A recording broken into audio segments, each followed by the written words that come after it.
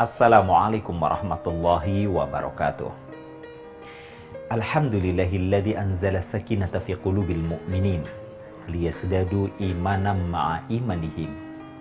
Asyhadu an la ilaha illallah wahdahu la syarikalah wa asyhadu anna Muhammadan abduhu wa rasuluhul mab'uulah la nabiyya ba'da.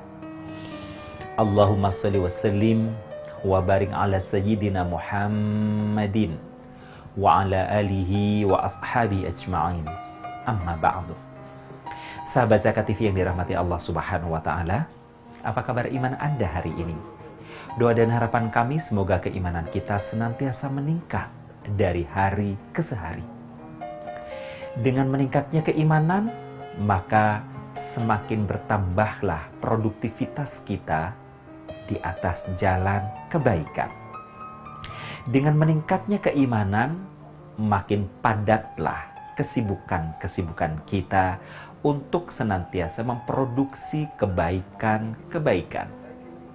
Apalagi dalam kehidupan berumah tangga, kehidupan yang dibutuhkan untuk senantiasa diproduksi, rentang waktunya adalah setiap saat, kapan, dan dimanapun berada. Sehingga eksistensi kehidupan rumah tangga kita dengan pasangan kita, dengan anak-anak keturunan kita, senantiasa asmara, amanah, sakinah, mawadah, warahmah. Kehidupan rumah tangga yang sakinah, mawadah, rahmah bukanlah kehidupan rumah tangga yang di dalamnya diisi dengan orang yang bersantai-santai. Kehidupan rumah tangga yang asmara, amanah, sakinah, mawadah, rahmah bukanlah kehidupan rumah tangga untuk berlengah-lengah, sehingga tidak ada produktivitas kebaikan yang dilakukan. Terkait dengan ini pula, masih dalam serial tentang pemicu selingkuh dalam kehidupan rumah tangga, kita akan membahas sebuah tema dengan satu kalimat yang cukup indah buat kita semua, yakni kesempatan dan iseng. Kesempatan dalam kehidupan rumah tangga senantiasa ada.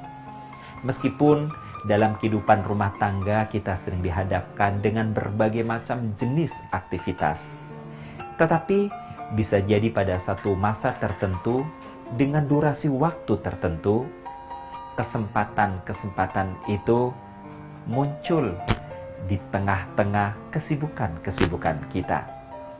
Sebut saja bagi seorang wanita, ketika dia menjalani kehidupan rumah tangganya masih di bawah 10 tahun. Anak juga baru 1 orang.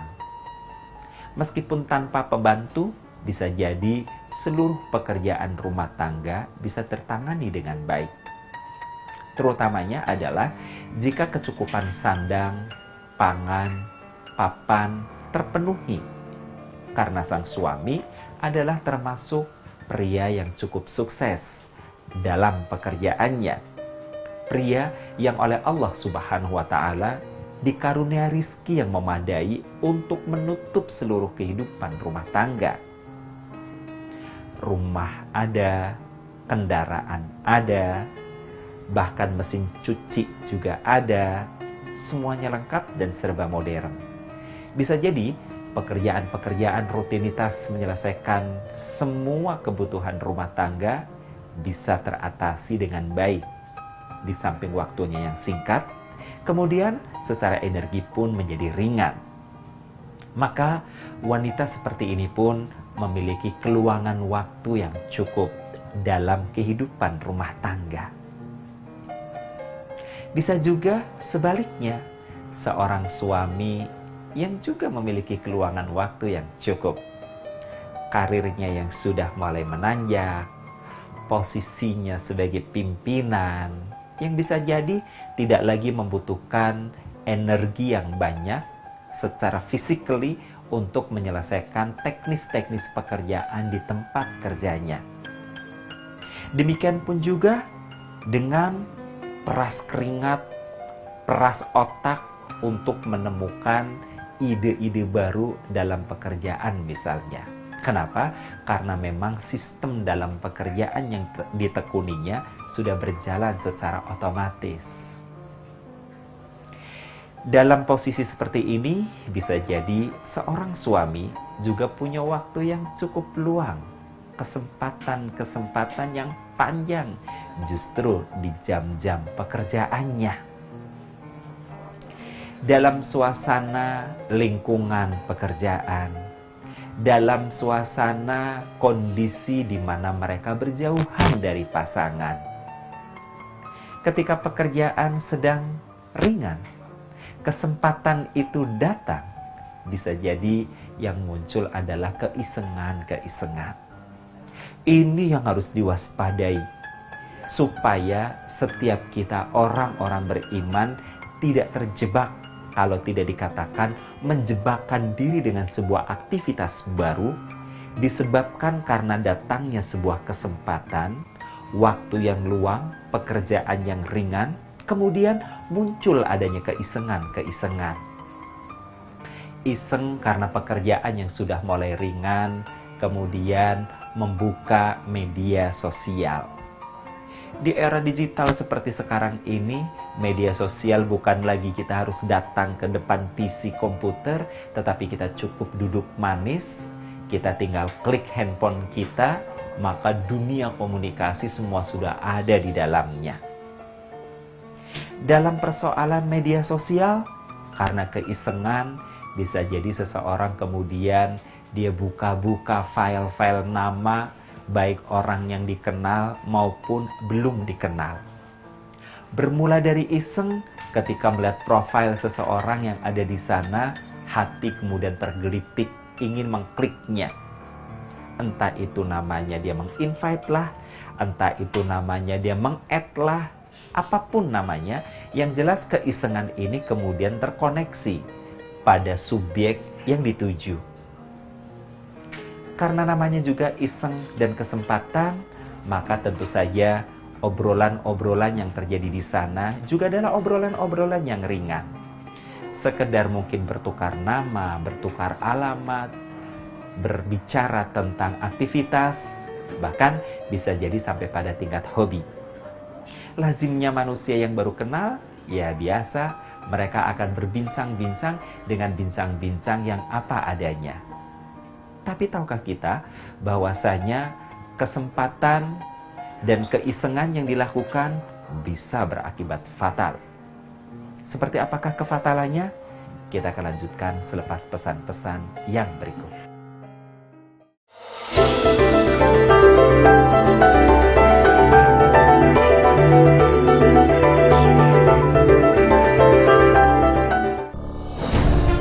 Ketika keindahan dunia merebak keselarasan, berbagi kemesraan.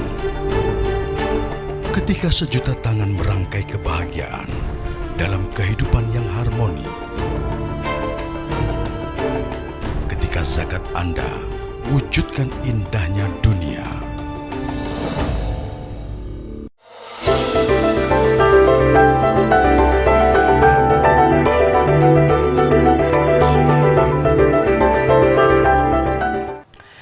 Dampak yang paling fatal adalah terjalaninya perkataan dan perbuatan yang sia-sia.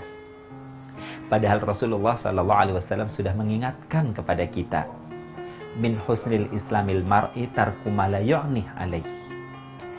Ciri baik Islamnya seseorang adalah ia tinggalkan perkataan dan perbuatan yang tidak bermanfaat untuk dirinya.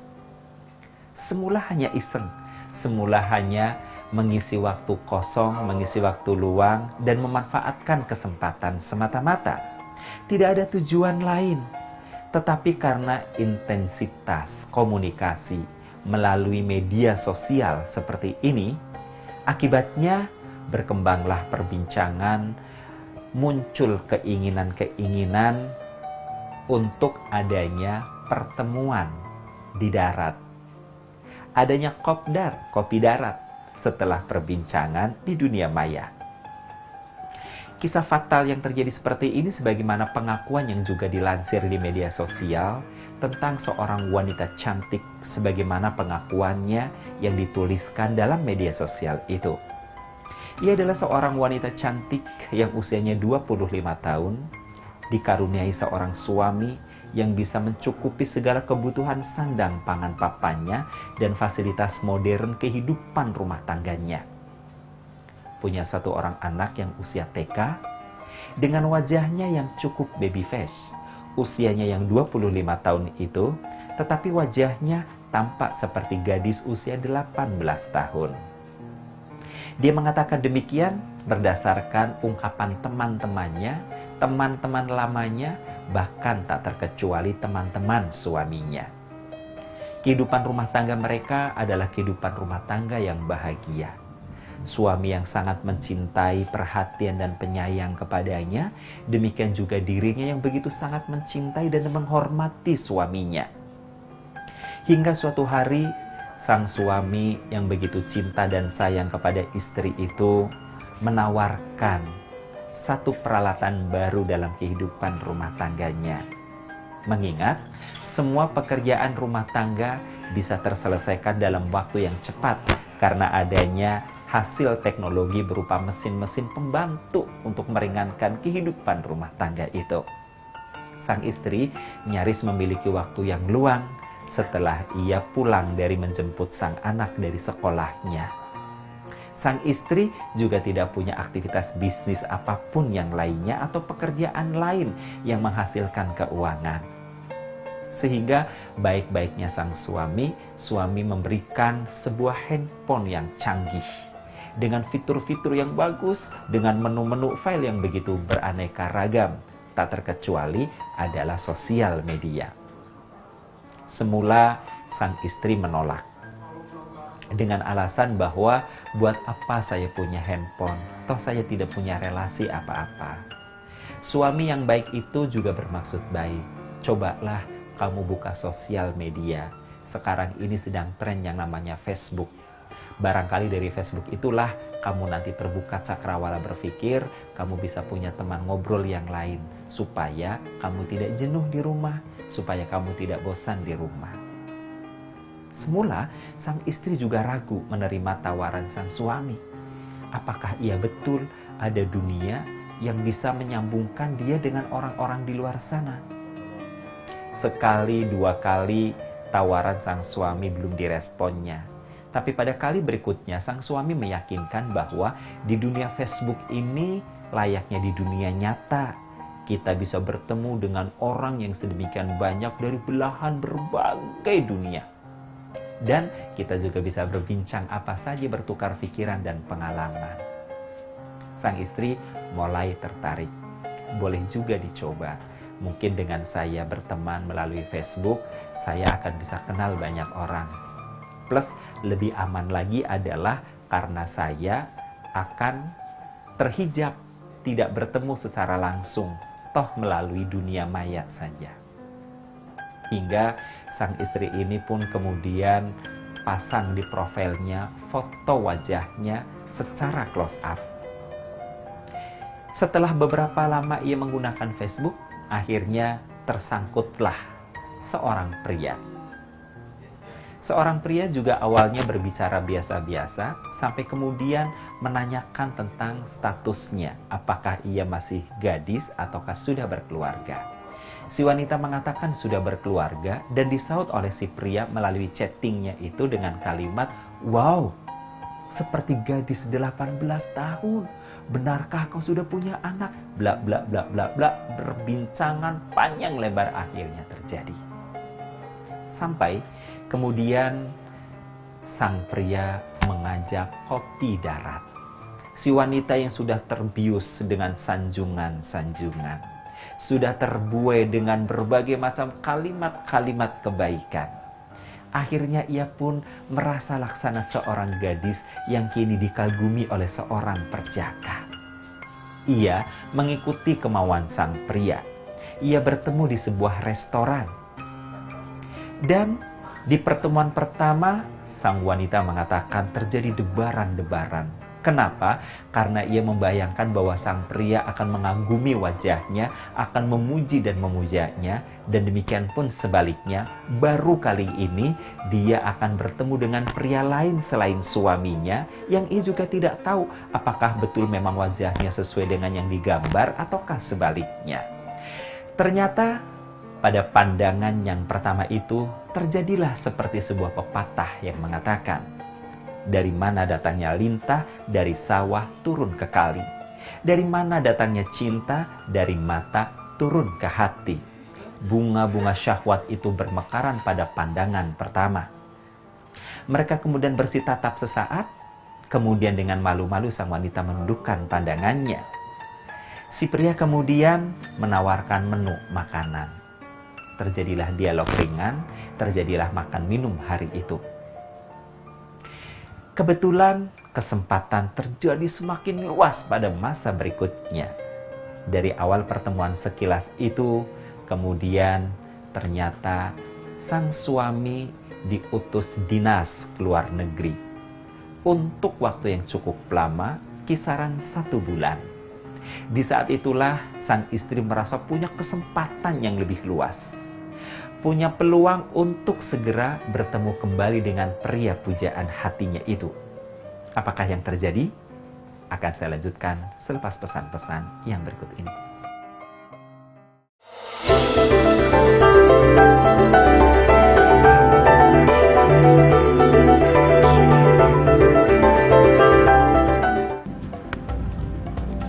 Semangat kemenangan harus berasal dari sportivitas yang datang dari hati. Saya Bambang Pamungkas, saya zakat di Dompet Duafa. Keluarga adalah sumber inspirasi saya. Kehangatannya datang dari hati. Saya Inneke Kusharawati, saya zakat Dompet Duafa. Berbagi memudahkan rezeki, karena datang dari hati. Saya Ipo Santosa, zakat di Dompet Duafa. Dompet Duafa.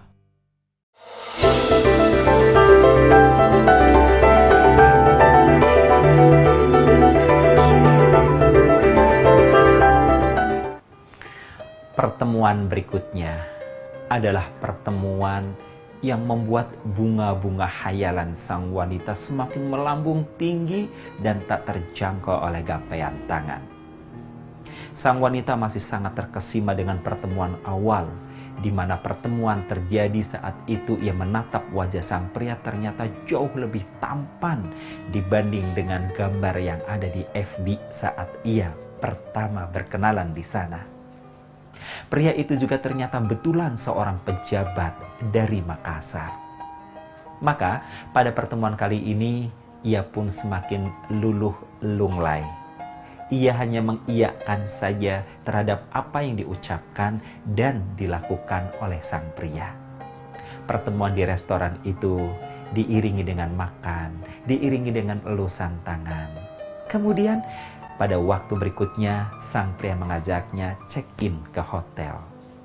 Disitulah awal terjadi perselingkuhan yang mengguncang kehidupan sebuah rumah tangga. Wanita ini kemudian berzina berkali-kali dengan pria pejabat dari daerah Makassar itu. Sampai suatu hari, kemudian ia menyadari tentang kesalahannya dan ia merasa bahwa ia sudah terlambat untuk melakukan segala-galanya. Ia merasa dirinya kotor, hina, jijik, penuh kenistaan di hadapan sang suami yang begitu soleh, begitu baik, begitu perhatian, begitu memberi fasilitas dan segala kebaikan-kebaikan yang lainnya. Wanita ini menyimpan kehancuran hatinya hanya seorang diri. Maka sampai tiba masanya wanita ini pun depresi, stres begitu luar biasa. Suaminya bingung. Dalam kehidupan yang mapan seperti ini, kenapa istrinya seperti ini? Singkat cerita, diajaklah berkonsultasi ke bagian psikologi. Psikologi memberikan advice agar dibawa ke psikiater. Di sanalah sang wanita kemudian menceritakan semua persoalan hidupnya. Membutuhkan waktu yang lama untuk menterapi agar ia paling tidak sedikit normal kembali. Sahabat Zakat TV yang dirahmati Allah Subhanahu wa Ta'ala, kesempatan dan keisengan terkadang memang bisa saja hadir dalam sebuah kehidupan rumah tangga. Oleh karena itu, agar kita tidak salah memanfaatkan waktu, agar kita tidak salah melakukan langkah-langkah aktivitas, alangkah baiknya kita senantiasa bertadabbur Al-Quran. Al-Quranul Karim dalam surah Al-Asr telah mengingatkan kepada kita, wal asr, innal insana lafi khusr. Demi masa, sesungguhnya manusia senantiasa dalam kerugian. Illa kecuali alladzina amanu, mereka yang beriman, yakin kepada Allah Subhanahu wa taala dengan seyakin-yakinnya. Yakin dengan pengawasan Allah, dengan qada dan qadar Allah Subhanahu wa taala. Yakin bahwa Allah adalah Maha Baik dan Maha Pelindung, maka ia akan masuk dalam perlindungan Allah Subhanahu wa taala. Wa tawassaw bil haqq wa tawassaw bis sabr. Dan mereka yang senantiasa berwasiat dalam kebenaran dan berwasiat dalam kesabaran.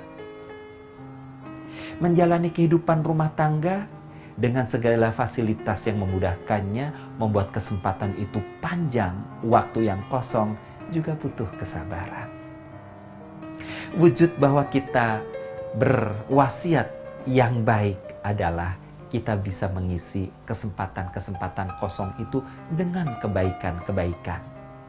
Maka alangkah baiknya jika di waktu-waktu senggang itu kita manfaatkan untuk melakukan amalan-amalan sunnah, ibadah-ibadah nafilah lainnya.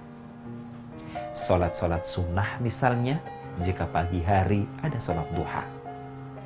Jika siang hari ada kesempatan untuk tilawatil Quran. Bisa juga membaca buku-buku Islam untuk menambah wawasan. Bisa pula untuk memvariasikan antara bacaan dengan pengetahuan lain, hadir di majelis ta'lim. Bergabung dalam aktivitas sosial orang-orang soleh. Ini yang akan membuat orang menjadi produktif waktunya, sempit kesempatan untuk melakukan hal-hal yang buruk di dalam kehidupan rumah tangganya.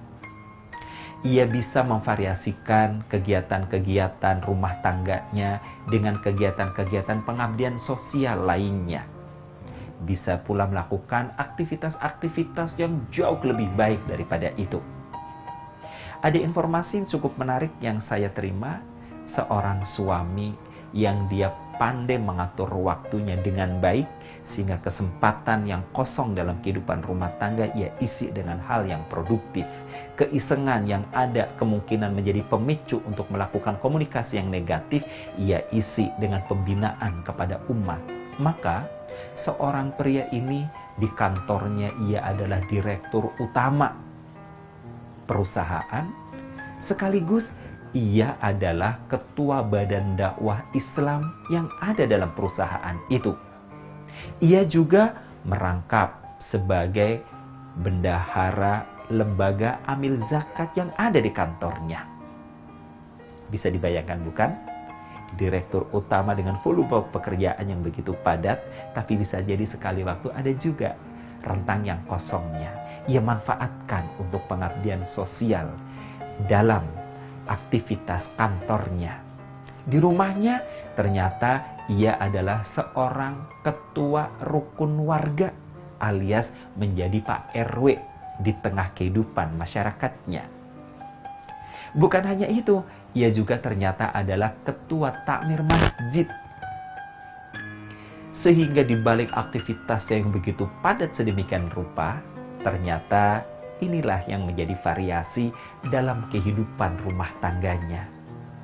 Kehidupan rumah tangganya, kehidupan rumah tangga yang sakinah, mawadah, warahmah. Istrinya sebagai Pak RW gemar berbaur dengan masyarakat untuk melakukan aktivitas-aktivitas pembinaan umat. Bukan hanya majelis-majelis taklim, tapi juga ada majelis-majelis keterampilan ibu-ibu yang dibina oleh sang istri. Anak-anaknya juga tumbuh sehat. Mereka tetap berprestasi di lembaga pendidikan tempat mereka menimba ilmu. Sungguh jika gambaran ini yang bisa kita wujudkan dalam kehidupan rumah tangga, tentu tidak perlu ada kesempatan yang terbuang sia-sia, tidak perlu ada keisengan yang bisa menghancurkan kehidupan rumah tangga. Bahkan yang terjadi adalah rumah tangga yang asmara, plus dengan barokah dari Allah Subhanahu wa Ta'ala. Semoga bermanfaat untuk kita semua. Bila taufik wal hidayah. Wassalamualaikum warahmatullahi wabarakatuh.